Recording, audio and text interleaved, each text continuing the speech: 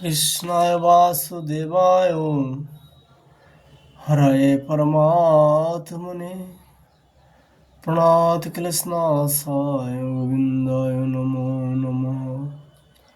नमो पंकजनाभय नमो पंकजमालिने नमो पंकजनेत्राय नमस्ते पंकजांग्रये। श्रीमद्भागवत महापुराण की जय। श्रीमद्भागवत महापुराण की जय। बद्री विशाल भगवान की जय। नर नारायण भगवान की जय।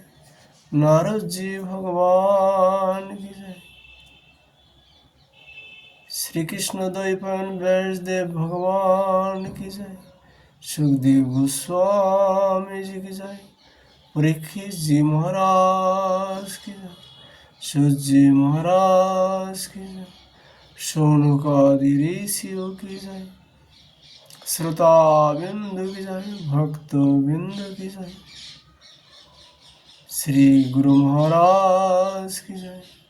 जय जय श्री राधेश्याम निताई गौर हरि बोल। आज यहाँ पर चर्चा का विषय है श्रीमद् भागवत महापुराण की 10वें स्कंदों 66 अध्याय पंडोक और काशीराज का उद्धार श्री कृष्ण जी का द्वारा। श्री शोकोवाच नंद व्रजांगते रामो कुरुषाधिपति नृपः वासुदेवो होमितज्ञदूतं कृष्णाय प्राहिणो।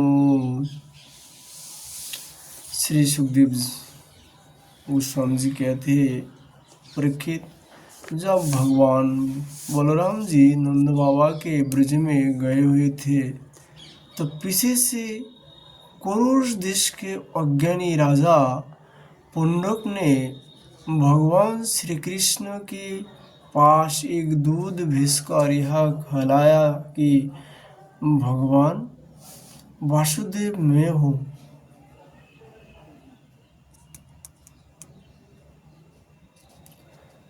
मूर्ख लोग उसे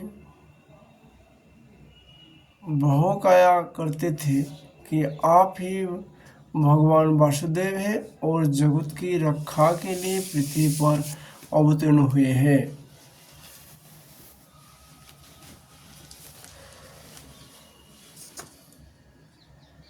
इसका फल यह हुआ कि वह मूर्ख अपने को ही भगवान मान बैठा।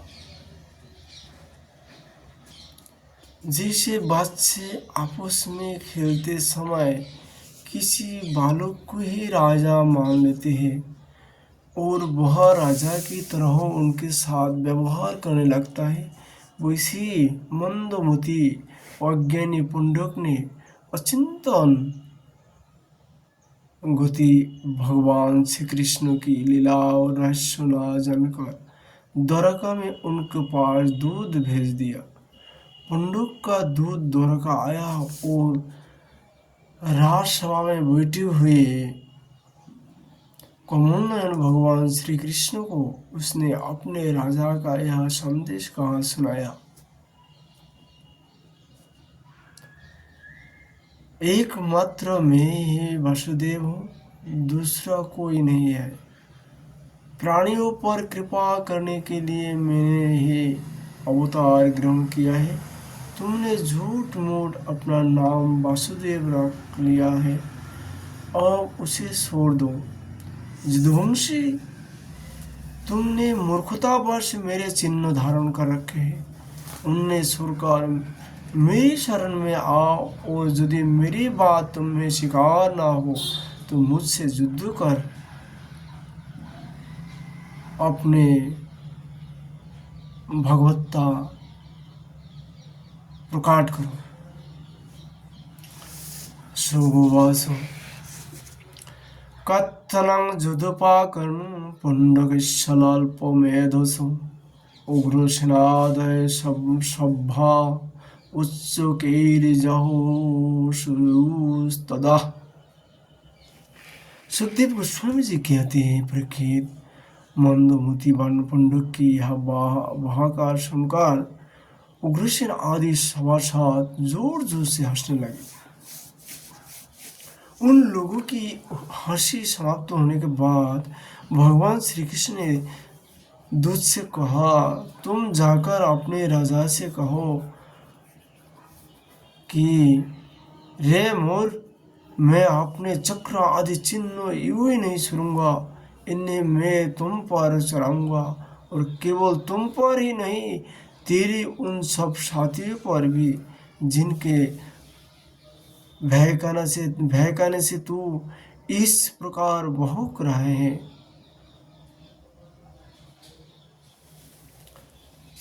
उस समय मूर्ख तू अपना मुंह छिपाकर आधे मुंह गिरकर चील, गिद्ध, बटेर आदि मांस भुजी पक्षियों से घिर कर सो जाएगा, और तू मेरी शरणदाता नहीं, उन कुत्तों की शरण होगा जो तेरा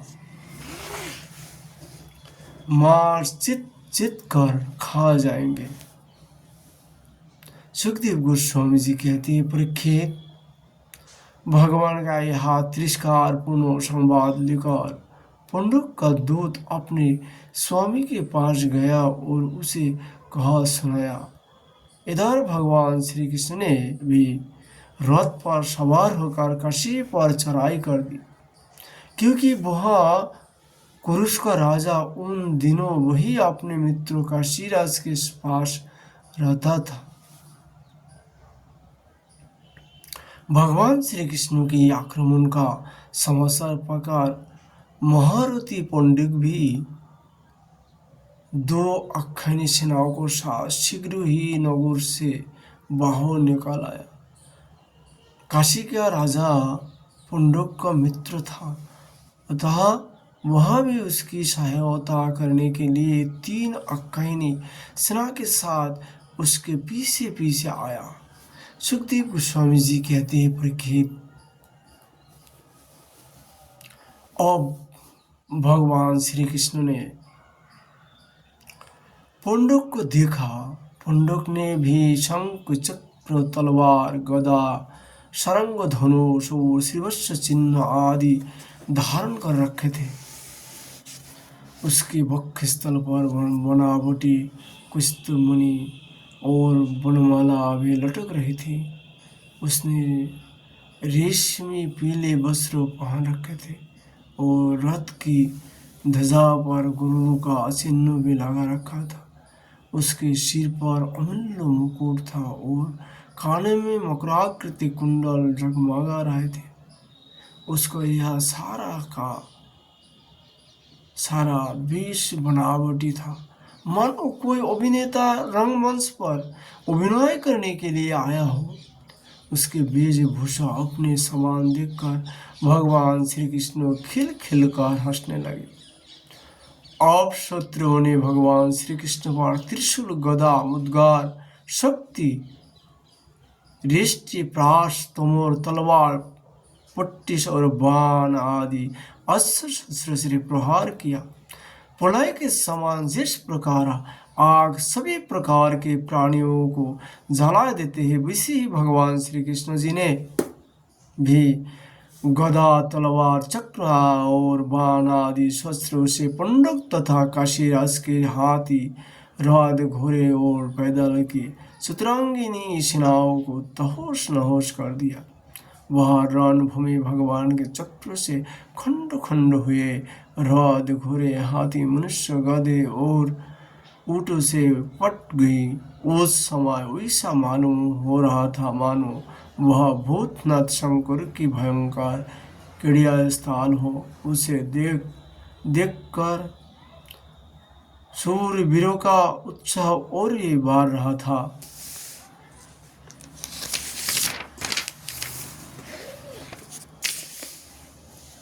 अब भगवान श्री कृष्ण जी ने पंडुक से कहा, रे पंडुक, तूने दूत के द्वारा कहलाया था कि मेरे चिन्ह अस्त्र शस्त्र आदि छोड़ दो, सो अब मैं उन्हें तुम पर छोड़ रहा हूँ। तूने झूठ मूठ मेरा नाम राख लिया है, अतः मूर्ख, अब मैं तुझसे उन नामों को भी छुड़ा कर रहूँगा। रही तेरे शरण में आने की बात, सो यदि मैं तुझसे युद्ध ना कर सकूंगा तो तेरी शरण ग्रहण करूंगा। भगवान श्री कृष्ण ने इस प्रकार पंडुक का तिरस्कार करके अपने तीखे बाण से उसकी रथ को तोड़ फोड़ डाला और चक्र से उसका सिर वैसे ही उतार लिया जैसे इंद्र ने अपने वज्र से पहाड़ की चोटियों को उड़ा दिया था। इसी प्रकार भगवान ने अपने बाणों से काशी नरेश का सिर भी धड़ से ऊपर उड़ाकर काशीपुर में गिराए दिया, जैसे वायु कमल का पुष्प गिराए देता है। इस प्रकार अपने साथ दाहो रखने वाले पंडक को और उसके सखा काशी नरेश को भी मारकर भगवान श्री कृष्ण अपने राजधानी द्वारका में लौट आए। उस समय सिद्धगण भगवान के अमृतमय कथा का गान कर रहे थे। सुखदेव गोस्वामी जी कहते हैं, परीक्षित, पंडुक भगवान के रूप का चाहे वह किसी भाव से हो, सदा चिंतन करता रहता था, जैसे इसी से उसके सारे बंधन कट गए। वह भगवान का बनावटी वेश धारण किए रहता था। इससे बार बार उसी का स्मरण होने के कारण वह भगवान के सारत्व की ही प्राप्त हुआ।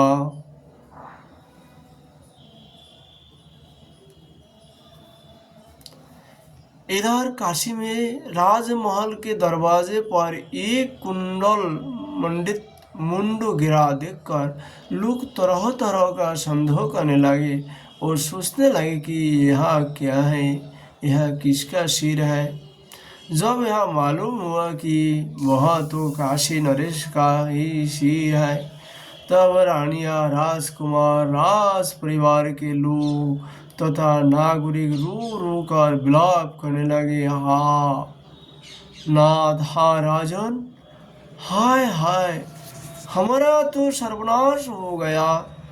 काशी नरेश का पुत्र था सुदक्षिण, उसने अपने पिता का अंत्येष्टि संस्कार करके मन ही मन यह निश्चय किया कि अपने पितृघाती को मारकर ही मैं पिता के ऋण से उड़ीन हो सकूंगा। निदान वह अपनी कुल पुरोहित और आचार्य के साथ अत्यंत एकाग्रता से भगवान शंकर की आराधना करने लगा। काशी नगर में उसकी आराधना से प्रसन्न होकर भगवान शंकर ने वह देने को कहा। सुदक्षिणा ने यह अभिष्ट वर मांगा कि मुझे मेरे पितृघाती के वध का उपाय बतलाइए। भगवान शंकर ने कहा, तुम ब्राह्मणों के साथ मिलकर यज्ञों की देवता ऋतक भूत दक्षिणाग्नि की अविचार विधि से आराधना करो। इससे वह अग्नि प्रमोद गणों को साथ प्रकट होकर यदि ब्राह्मणों के अभक्त पर प्रयोग करोगे तो वह तुम्हारा संकल्प सिद्ध होगा। भगवान शंकर की ऐसी आज्ञा प्राप्त करके सुदक्षिणा ने अनुष्ठान के उपयुक्त नियम ग्रहण किए और वह भगवान श्री कृष्ण के लिए अभिचार मारण का पुनरुच्चारण करने लगा। अभिचार पूर्ण होते ही यज्ञ कुंड से अति भीषण अग्नि मूर्तिमान होकर प्रकट हुआ। उसके केश और दाढ़ी मूछ तपे हुए ताव के समान लाल लाल थे। आंखों से अंगारे बरस रहे थे। उग्र दारों और टेरी भ्रुकुटियों के कारण उसके मुख से क्रूरता टपक रही थी। वह अपने जीभ से मुंह के दोनों कोने चाट रहा था। शरीर नंग धंग धरंग था, हाथ में त्रिशूल लिए हुए था जिसे वह बार बार घुमाता जाता था और उसमें से अग्नि की लपट निकल रही थी।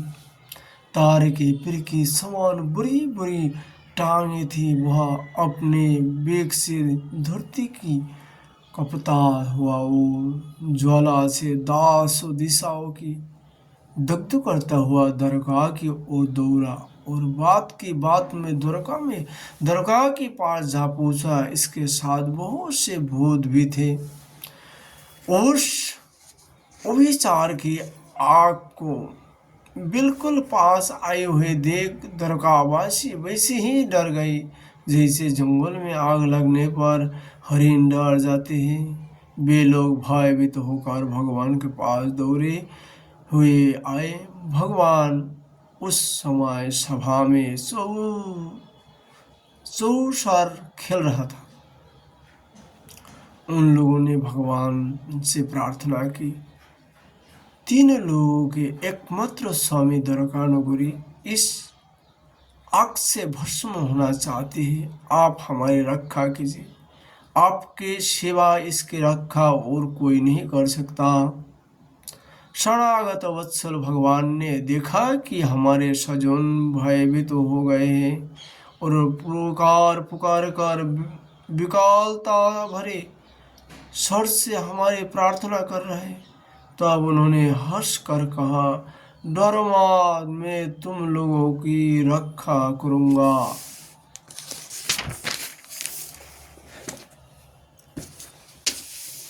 सुखदेव गोस्वामी जी कहते हैं, परीक्षित, भगवान सबके बाहर भीतर की जानने वाले हैं। वे जान गए कि यह काशी से चली हुई महेश्वरी प्रीता है।